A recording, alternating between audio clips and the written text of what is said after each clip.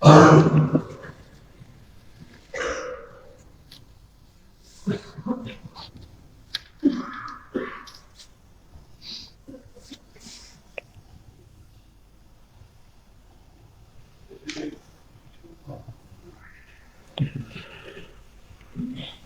الحمد لله نحمده ونصلي على رسوله الكريم أما بعد أعوذ بالله السميع العليم من الشيطان الرجيم بسم الله الرحمن الرحيم يا أيها الذين آمنوا من يرتد منكم عن دينه فسوف يأتي الله بقوم يحبهم ويحبونه أذلة على المؤمنين أعزة على الكافرين يجاهدون في سبيل الله ولا يخافون لومة لائم ولولا ذلك فضل الله يؤتيه من يشاء والله واسع عليم إنما وليكم الله ورسوله والذين آمنوا الذين يقيمون الصلاة ويؤتون الزكاة وهم راكعون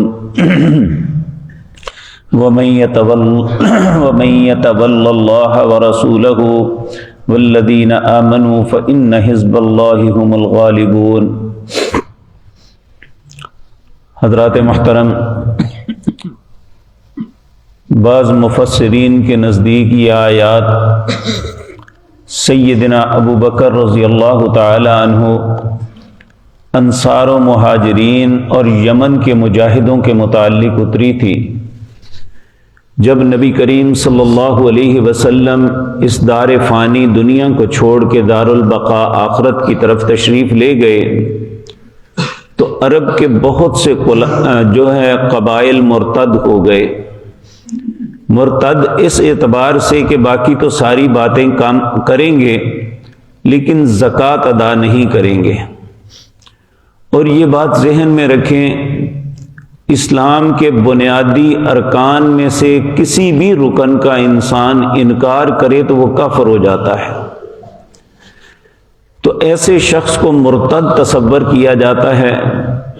سیدنا ابو بکر صدیق رضی اللہ تعالی عنہ نے ان کے ساتھ لڑائی کی، انصار و مہاجرین اور یمن کے مجاہدوں کے ساتھ۔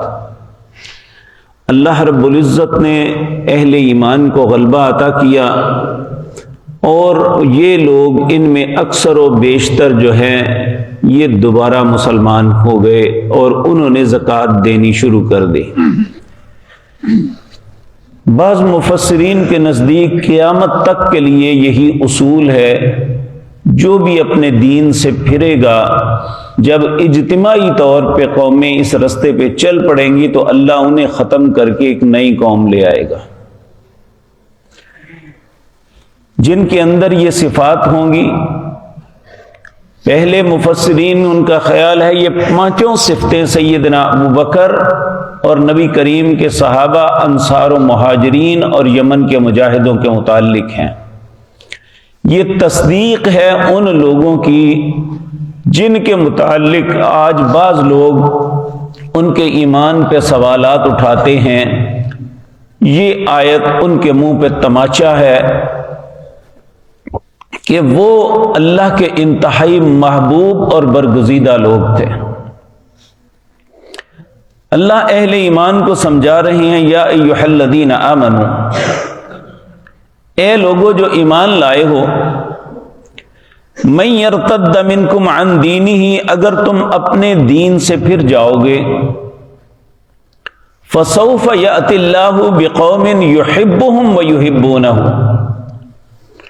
پھر اللہ ایسی قوم لائے گا جو اللہ سے محبت کرے گی اور اللہ ان سے محبت کرے گا۔ یہ پہلی صفت ہے صحابہ کرام رضوان اللہ علیہم اجمعین کے متعلق کہ اللہ فرماتے ہیں وہ اللہ سے محبت کرتے تھے اور اللہ ان سے محبت کرتا تھا۔ دوسری، اذلۃ علی المؤمنین اعزۃ علی الکافرین، وہ مومنوں کے لیے تو بڑے ہی رحم دل، بڑے ہی نرم مزاج ہوں گے اور کافروں کے لیے سخت ہوں گے۔ یہ بھی صفت صحابہ کرام رضوان اللہ علیہم اجمعین کے اندر بدرجہ اتم موجود تھی۔ اور تیسری یجاہدون فی سبیل اللہ، وہ اللہ کے راستے میں جہاد کریں گے۔ اور پانچویں ولا یخافون لومۃ لائم، وہ کسی ملامت کرنے والے کی ملامت کی پرواہ نہیں کریں گے۔ لوگ کچھ بھی کہتے رہیں، وہ نہ اللہ نہ اس کے رسول کے حکم سے ایک سر منہ بھی ادھر ادھر نہیں ہٹے۔ ذالک فضل اللہ، یہ اللہ کا بہت بڑا فضل ہے جس کو مل جائے، یؤتیہ من یشاء، جس کو اللہ چاہتا ہے عطا کرتا ہے۔ اور اللہ کے اس فضل کے سب سے زیادہ مستحق جو لوگ ہیں نبی کریم صلی اللہ علیہ وسلم کی ذات مطہرہ کے بعد، وہ صحابہ کرام رضوان اللہ علیہم اجمعین ہیں۔ اور یہ بات ذہن میں رکھیں، آج جو لوگ آل بیت اور صحابہ کو الگ الگ پیش کرتے ہیں، آل بیت بھی تو نبی کریم کے صحابہ ہی تھے، اور ان کے درمیان قطعاً کوئی مخاصمت یا دشمنی نہیں تھی، جبکہ ہم دیکھتے ہیں نبی کریم صلی اللہ علیہ وسلم نے اپنی زندگی کے اندر جن کے متعلق لوگ زبان درازیاں کرتے ہیں، رسول اللہ نے ان کے ساتھ رشتہ داریاں کی، اور یہ اس کے بعد بھی رشتہ داریاں ختم نہیں ہوئی تھی۔ آل بیت، بنو امیہ، بنو تیم، بنو عدی، حضرت ابو بکر بنو تیم سے تھے، حضرت عمر بنو عدی میں سے تھے، حضرت عثمان بنو امیہ میں سے تھے۔ یہ تینوں خاندانوں کے ساتھ آل بیت کی رشتہ داریاں پہلے بھی تھی، بعد میں بھی رہی۔ تو یہ لوگوں کو جو بابر کروایا جاتا ہے کہ یہ ایک دوسرے کے نعوذ باللہ دشمن تھے، یہ بالکل جھوٹ اور بہتان ہے۔ کل قیامت کا دن اللہ یحکم بینکم یوم القیامت فیما کانوا فیہ یختلفون، اللہ اس کا فیصلہ انشاءاللہ ضرور کرے گا، اور ان لوگوں کے چہرے سیاہ ہوں گے جو صحابہ کا نام لے کے آل بیت کی مخالفت کرتے ہیں، یا آل بیت کا نام لے کے صحابہ کی مخالفت کرتے ہیں، ان کے چہرے قیامت کے دن سیاہ ہوں گے۔ حقیقتاً یہ سب لوگ رسول اللہ کے تربیت یافتہ تھے، اگر ہم ان کے متعلق زبان درازی کریں گے تو نعوذ باللہ یہ رسول اللہ کے متعلق ہے کہ آپ کی تربیت درست نہیں تھی، نعوذ باللہ۔ آج ہم وہ لوگ ہیں جن کے متعلق رسول اللہ کا فرمان ہے، آپ نے فرمایا تھا خیر القرون کرنی، سب سے بہترین زمانہ میرا ہے، یعنی صحابہ اور نبی کریم کا، ثم الذین یلونہم، پھر اس کے بعد یعنی تابعین کا، ثم الذین یلونہم، اس کے بعد پھر تیسرا زمانہ یعنی تبع تابعین کا۔ یہ بہترین زمانے ہیں، اس سے بہتر کائنات میں زمانے کوئی نہیں آئے، نہ آئیں گے۔ پھر آپ نے فرمایا اس کے بعد چھان بورا ہے۔ اب چھان بورا دنیا کے بہترین لوگوں کے متعلق زبان درازی کرے، اللہ رب العزت کیسے برداشت کریں گے؟ تو اللہ رب العزت فرما رہے ہیں اگر تم اپنے دین سے پھرو گے تو فسوف یاتی اللہ بقوم، ایسی قوم کو اللہ لائے گا، یحبہم ویحبونہ، وہ اللہ سے محبت کریں گے، اللہ ان سے محبت کرے گا۔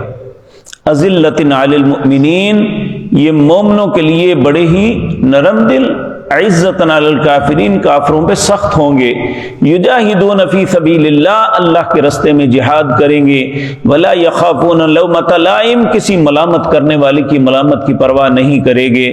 ذالک فضل اللہ یؤتی من یشاء، یہ اللہ کا فضل ہے، جس کو چاہتا ہے دیتا ہے، واللہ واسع علیم، اور اللہ بڑے ہی وسیع علم والا ہے۔ انما ولیکم اللہ ورسولہ والذین آمنوا، بے شک اللہ ولی دوست ہے، ورسولہ، اور اس کا رسول، والذین آمنوا، اور اہل ایمان، کن کے؟ الذین یقیمون الصلاۃ ویؤتون الزکاۃ، زکوٰۃ کے انکاری جو ان کا نہیں، جو نماز بھی ادا کرتے ہیں اور زکوٰۃ بھی عطا کرتے ہیں، وہم راکعون، اور مسلمانوں کے ساتھ رکوع کرنے والوں کے ساتھ رکوع کرتے ہیں۔ وَمَن يَتَوَلَّ اللَّهَ وَرَسُولَهُ، جس کا اللہ اور اس کے رسول دوست بن جائیں، والذین آمنوا، اور اہل ایمان، فإن حزب اللہ، یہی اللہ کا گروہ ہے، ہم الغالبون، یہی غالب آئیں گے۔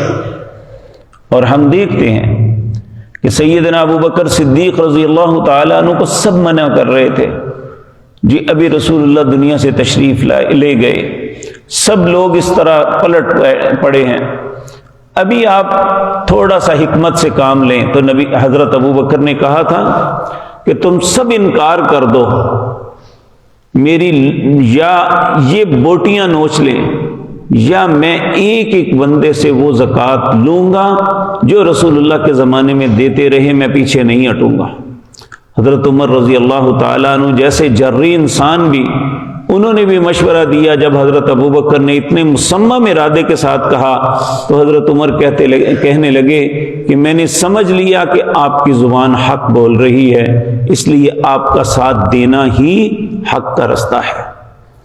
تو یہ اللہ رب العزت نے یہ سارے لوگ جو دین سے پلٹ رہے تھے، اللہ نے سب کو واپس اسلام میں لے آیا، اور اللہ نے اپنے ان بندوں کو، اپنے ان پیارے بندوں کو فتح اور نصرت سے کامران و کامیاب کیا۔